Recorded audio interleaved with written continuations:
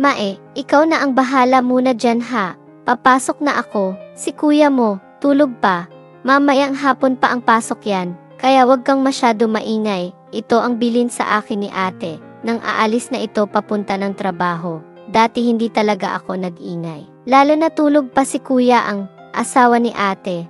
Pero simula nang turuan ako ni kuya at ipatikim niya sa akin ang kinakain din ni ate, ay tila ba inaabangan ko ang pag-alis sa umaga ni ate at si kuya ay kunwari ay tulog din. Dahil kapag wala na si ate, ay hihintayin ko na lang na pumasok si kuya sa kwarto. Doon ay ipapalasap sa akin ni kuya ang mga bagay na ipinapalasap niya kay ate. Welcome sa Kwentong Masarap. Kung ikaw ay bago lamang na napadpad sa ating channel at nais mo ng ganitong mga content, huwag kalimutan mag-subscribe, mag-like at share ang ating mga videos. Maaari rin kayong mag-comment sa ating comment section. If meron naman kayong mga story na tulad nito, maaari ninyong isend sa ating email account na nakalagay sa ating description. Ngunit kung sa iyong palagay ay hindi nararapat sa iyo ang temang ito, huwag na lamang pong manood at scroll down na lamang. Maraming salamat. Ako si Mae. Nais ko lang ibahagi ang aking karanasan noon na magpahanggang sa ngayon ay sumasariwa pa sa aking isipan kahit ilang taon na ang lumipas at dalas guro ng kapusukan. Bilang kabataan, nagbakasyon ako dati kina ate sa Las Piñas. Matagal ko na talagang gusto makapunta dito sa Maynila, kaya nang sabihin ni nanay na pumayag si ate na magbakasyon ako, natuwa talaga ako. Ayaw ako payagan ni nanay. Dahil baka raw, tamarin na ako mag-aral kapag nakarating ako dito, sa hirap din kasi ng buhay namin. Sa probinsya, ay gustong-gusto ko na talaga magtrabaho. Gusto kasi ni nanay na matulad ako kay ate na nakapagtapos ng pag-aaral, kaya kahit paano ay maganda ang trabaho. At nakabili rin ng sarili niyang bahay at sasakyan. Isa pa, mabait ang kanyang asawa na si Kuya Roland na ang trabaho ay madalas na panggabi dahil isa raw itong call center officer. Kapag nakikita ko nga si Kuya na aalis at papasok sa trabaho, parang hindi ako maniniwala dahil sa suot nito. Minsan, naka-short lang at tsinelas, wala man lang uniform sa trabaho niya na parang nasa bahay lang. Pero sabi ni ate, malaki raw ang sahod nito. Na sa palagay ko ay totoo naman dahil medyo nakakaangat sila sa buhay. 3 taon nang nagsasama sila ate at magpapakasal na daw sila kapag nagkaanak na iyon daw ang gusto ni ate, sabi ni kuya. Ang galing naman talaga, ang kapatid ko, maasahan ka talaga bunso. Ito ang sabi ni ate sa akin nang dumating ito galing sa trabaho kasabay si kuya, ang kanyang asawa. Dahil wala akong magawa at ako lang mag-isa sa bahay, ay nilinis ko ang buong bahay nila, naglalaban na rin at nagsaing. Ito rin kasi ang gawain ko sa probinsya, kaya sa ginagawa ko, natutuwa si ate at si kuya sa akin. May ano ba naman itong mga damit mo, bata ka pa. Nakaduster ka na, mamaya. Pagkatapos mo dyan, punta ka sa kwarto at bibigyan kita ng mga damit. Ang sabi ni ate, nang makita ang suot ko na damit na galing pa sa probinsya, habang naghugas ako ng pinggan. Ate, ang gaganda nito, kaya lang hindi ako sanay magsuot ng maigsing short. Ano ka ba Mae? Nasa Maynila ka, ito ang uso ngayon. Hindi yan damit mo na pangmanang, sabi pa ni ate sa akin, habang sinusukat pa ang ibang damit sa akin. O, ayan, dalagang-dalaga ka dyan. Halos magkasing laki na pala tayo. Noong high school ako, hindi ganyan ang katawan ko, patpatan ako noon ikaw. May kurba na agad ang katawan mo, saka namana mo ang mga matatangkad na lahi ni na mama, sabi pa ni ate. Simula pala ngayon itong sabon na ang gamitin mo, pampakinis at pampalambot ng balat yan. Sabi ni ate, maputi naman talaga ako, kaya lang dahil sa init sa probinsya at madalas ay nasa initan ako at para tuloy akong maitim tingnan. Salamat ate, kasya lahat pala sa akin. Sabi ko pa kay ate, na kahit na ang pantulog niya na manipis na damit ay ibinigay din sa akin. Sinubukan kong ang suotin ng gabi, kaya lang hindi ko kaya ang lamig ng aircon kaya naka-jacket pa ako habang natutulog. May nakaalis na ba si ate mo? Ang tanong ni Kuya Roland sa akin nang magising ito ng mga 11:00 ng tanghali at ako ay naglilinis sa may lababo. Umalis na kuya, nagbilin nga siya na mamaya raw ay sabay na raw kayo umuwi, sabi ko kay kuya nang lingunin ko ito. Pero hindi ito sumagot dahil nakatitig ito sa akin, lalo na sa may bandang hita ko. Kuya, bagay ba sa akin? Tanong ko kay kuya dahil hindi ko alam kung sa akin ba siya nakatingin o sa damit ni ate na suot ko. Sakto pala sa'yo yan, para kang maliit na version ni ate mo, ang ganda mo, sabi ni kuya na medyo natuwa ako dahil sa pagpupuri niya. Alam mo ba Mae, regalo ko kay ate mo ito, dati ka siya pa kanya yan, ngayon kasi, ang taba na ni ate mo, kaya hindi na niya nasusuot yan, mabuti naman at sakto sa'yo, ang sabi ni kuya. At sabay lapit nito sa akin, habang nakatingin sa bandang likuran ko, pero naramdaman ko na parang may dumikit na kamay sa bandang bewang ko, nakiliti ako at nagulat, kaya bigla akong napaatras. Ay, sorry, hinawakan ko lang ang tela. Kung okay pa, sabi ni kuya sa akin nang makita na nagulat ako at napaharap sa kanya, saglit naman at bumalik na ako sa aking ginagawa at si kuya ay nakita ko na umupo ulit sa may sala, pero kahit na malayo siya sa akin. Pakiramdam ko ay nakatingin pa rin siya sa akin habang nakatalikod ako. Day off ka na ba bukas? Day off na. Makakapagpahinga naman sa wakas, pagkukwentuhan ni na ate habang kumain kami ng hapunan. Nakita ko rin si ate na tila hinaharot si kuya, na parang si kuya naman ay tila may ginagawa sa ilalim ng lamesa. Ano ka ba? Mamaya na, mahinang sabi ni ate nang tumalikod ako para kumuha ng tubig. Mamaya, yari ka sa akin. Sabi pa ni kuya na narinig matapos naming kumain ay nakita ko si ate na pumasok ng banyo at naligo. Si kuya naman ay nasa may sala at may pinapanood sa TV. Kaya tulad ng dati, ako ang nagliligpit at naghugas ng pinagkainin namin. Na tinutulungan naman ako ni ate, pero sinasabi ko na ako na lang at magpahinga na lang siya. Sinasadya ko talaga na gawin yun.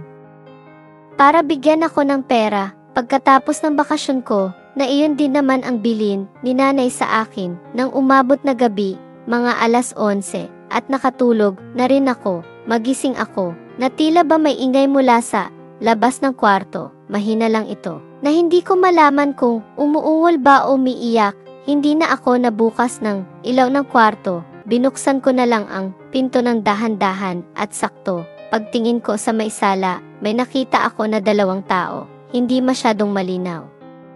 Dahil nakikita ko lang ito, dahil sa mahinang liwanag, mula sa dim light, pero alam ko na si ate at si Kuya Roland iyon. Dinig na dinig ko ang boses ni ate, na parang mapupugto ang hininga. Habang si Kuya Roland ay naaninag ko na parang mabilis na kumikilos, napaatras ako, at biglang pumasok muli sa kwarto, dahil alam ko na ang ginagawa nila, nahiga muli ako, pero hindi ako makatulog, dahil paulit-ulit na bumabalik. Sa isipan ko ang aking nakita, ano kaya ang nararamdaman ni ate, sabi ko sa sarili ko, dahil kitang-kita ko, ang reaksyon ng mukha ni ate, nang halos kapusin ang paghinga, simula tuloy nang makita ko sila, sa ganun tagpo, madalas na naalala ko. Ito, lalo na kapag nakikita ko si kuya, napapaisip tuloy ako, ano kaya kung sa akin, gawin ni kuya iyon, ano kaya ang pakiramdam noon? Iyon palagi ang nasa isipan ko, kaya minsan sinadya ko talaga. Nagumising ng madaling araw, at sumisilip sa may sala, sa pagbabakasali na makita ko ulit sila. Minsan iniisip ko rin, na sana gawin din ni kuya, sa akin ang ginagawa niya kay ate, at gusto ko maranasan, iyon bago ako bumalik ng probinsya. 1 linggo bago ako bumalik ng probinsya, may binigay si ate sa akin. Mae, pinamili na pala kita ng gamit mo sa school, nandoon sa kwarto. Dinabi na kasi ako ng uwi, kaya hindi na kita ginising, bilin ni ate, na nagmamadali dahil malalatin na raw siya sa pagpasok sa trabaho, pero dahil maaga pa yon, ay hindi muna ako pumunta sa kwarto ni na ate. Dahil alam ko natulog si kuya doon, matapos ko na maligpit ang mga pinagkainan namin, ay naligo na ako. Pero alas 11 na ng tanghali, hindi pa gising si kuya, kaya sinubukan ko na pumasok sa kwarto nila. Pero pagpasok ko, wala naman tao. Ibig sabihin hindi pa umuuwi si Kuya Roland. Kinuha ko na lang ang mga gamit na pinamili ni ate at niligpit ko na rin ang mga kalat sa kwarto nila. Matapos na magawa ko, ay napaupo ako sa kama nila, ang lambot para. Ang sarap mahiga dito, sabi ko sa sarili ko. Hindi ko naiwasan na mapahiga sa kama ni na ate. Pinatalbog-talbog ko pa aking katawan sa kama nila. Habang nanood ako sa cellphone ay nahiga ako sa kama.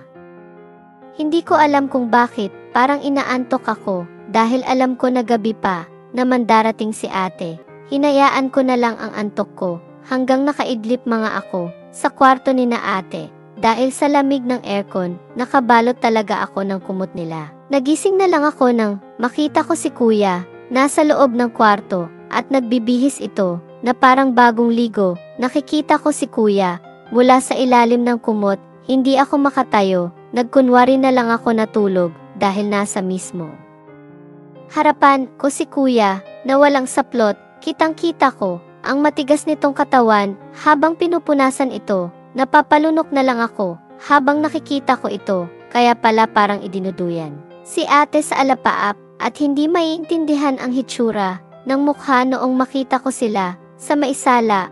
Wala ka bang pasok? Ang tanong ni kuya na sa akala siguro ay ako si ate. Sakto day off ko ulit ngayon dahil sinagad ko na kagabi ang trabaho, kaya yari ka sa akin ngayon. Sabay higa sa kama ni kuya at yakap sa akin at pilit na pumapasok sa kumot. Kuya, sabi ko agad nang makapasok na ito sa kumot. Nagulat naman ito, sabay takip ng unan sa kanyang katawan. Bakit ka nandito? Akala ko ikaw si ate mo. Sorry kuya, ang nasabi ko na lang habang bumababa ako ng kama at papalabas na ako ng pinto. Mae, sandali, biglang sabi ni kuya na agad naman akong napatingin sa kanya. Huwag mo na sabihin sa ate mo ito, baka magalit yun. Sabi ni kuya habang nakatingin sa akin at seryoso sa pakiusap. Tumang na lang ako. Sabay labas ng pinto. Dumiretso ako sa kwarto ko. Dahil nainitan na ako, ay hinubad ko na ang aking dobling damit na sinuot ko kanina dahil sa lamig ng kwarto ni na ate. Pero habang nagtatanggal ako ng pasyama, biglang may yumakap mula sa likod ko. Kuya, sabi ko at harap sa kanya. Nagulat ako dahil wala pa rin itong damit. Tulad kanina, para akong estatwa na hindi makakilos, lalo na nang dumampi ang labi ni kuya sa aking batok. Papunta sa may tenga, kuya, wag, sabi ko na hindi ko alam kung pagtutulba o pagsang-ayon, pero si kuya ay tuloy-tuloy sa kanyang ginagawa. Hindi ko na namalayan na nakahiga na pala ako sa kama at si kuya ay kitang-kita ko na nakaharap sa akin at anumang oras ay papasok na sa aking kwarto. Napakagat na lang ako sa aking labi nang maramdaman ko ang mabigat na katawan ni kuya, ang aking bayaw, habang ako parang mawawalan ng malay sa aking nararamdaman. Napakapit na lang ako ng mahigpit sa headboard ng kama dahil kung ano nakita ko noon sa sala na ginagawa ni na ate, ito rin ang nakita ko na ginawa ni kuya. Ang reaksyon ni ate ay tila mas malala pa sa akin dahil sa unang pagkakataon ko na maranasan ang pagbakasyon ko kina ate. Ipalasap sa akin ni bayaw ang maginhawang buhay na ipinapalasap niya kay ate. Ito pala talaga ang sinasabi.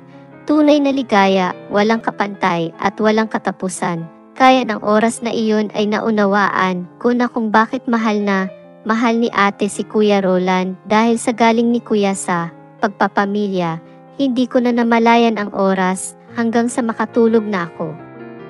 Pagkatapos lumabas ni kuya, Mae, nakuha mo na ba yung mga gamit mo sa kwarto?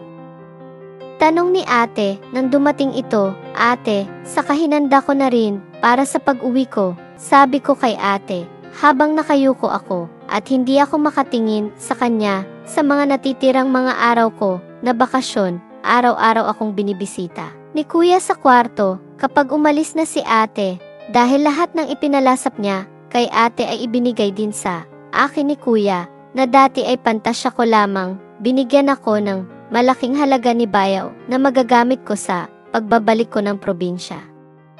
Mag-iingat ka sa biyahe, Mae. Ikumusta mo na lang ako kay nanay, sabi ni ate nang ihatid ako sa airport. Habang si kuya ay nakatingin lang sa akin habang dahan-dahan ako lumakad papalayo sa kanila. Ito ang pinakamasayang bakasyon na naranasan ko sa aking buhay, sabi ko sa aking sarili habang ang eroplano ay mabilis na umakyat papunta sa kalawakan, at ninanamnam ko pa rin ang saya at ligaya ng pagtira ko sa bahay ni na ate kahit sa maikling panahon, pero mahaba at masarap na karanasan sa aking buhay. Sa ngayon, nagtratrabaho na rin ako at natapos ko ang aking pag-aaral dahil sa tulong ng mga padalang pera ni Kuya Roland sa akin. Natapos ko rin ang kursong gusto ko, tulad ng pangako ko kay nanay, na aabutin ko ang aking pangarap. Sa ngayon ay may 2 anak na sina ate at kasal na rin sila. Ako naman ay may asawa na rin. Pero wala pa rin anak. Minsan pumupunta kami sa bahay ni na ate, lalo na kapag may okasyon, at palagi kong kasama ang aking asawa. Napapangiti na lang ako kapag naalala ko ang dating kwarto na tinulugan ko noon at si kuya. Palihim na kumikindat sa akin na tila ba may ibig sabihin, pero alam ko na mali iyon, kaya umiwas na ako. Sa ngayon ay nasa tamang daan na ako. Hindi ko na maaring ulitin iyon, pero aminin ko man o hindi, may mga pagkakataon na gusto ko rin ulitin iyon, kaya lang lagi kong kasama ang asawa ko kapag pumupunta kami kina ate. Pero ang mga karanasan at mga turo ni Bayaw ay hindi ko makakalimutan, na nagagamit ko rin sa ngayon sa aking asawa, na labis naman itong ikinakatuwa. May, punta ka naman sa bahay, binyag ng bunso ko. Mag-iinom tayo, isang tawag ni ate sa akin. Sakto ay wala akong pasok sa petsang sinabi sa akin ni ate, at sakto rin na 1 buwan na simula nang sumakay muli ng barko ang mister ko, kaya malaya akong makakapagwalwal nito. Siguro ay mapapainom talaga ako nito, sabi ko sa aking sarili, lalo na wala ang aking asawa at doon na lang ako matutulog sa kanila. Tutal mag-isa lang naman ako dito sa bahay. Sabay na napapangiti ako habang naisip ko si kuya kung mag-iinom rin ba at magiging masaya ba kaming muli nang ni asawa ni ate.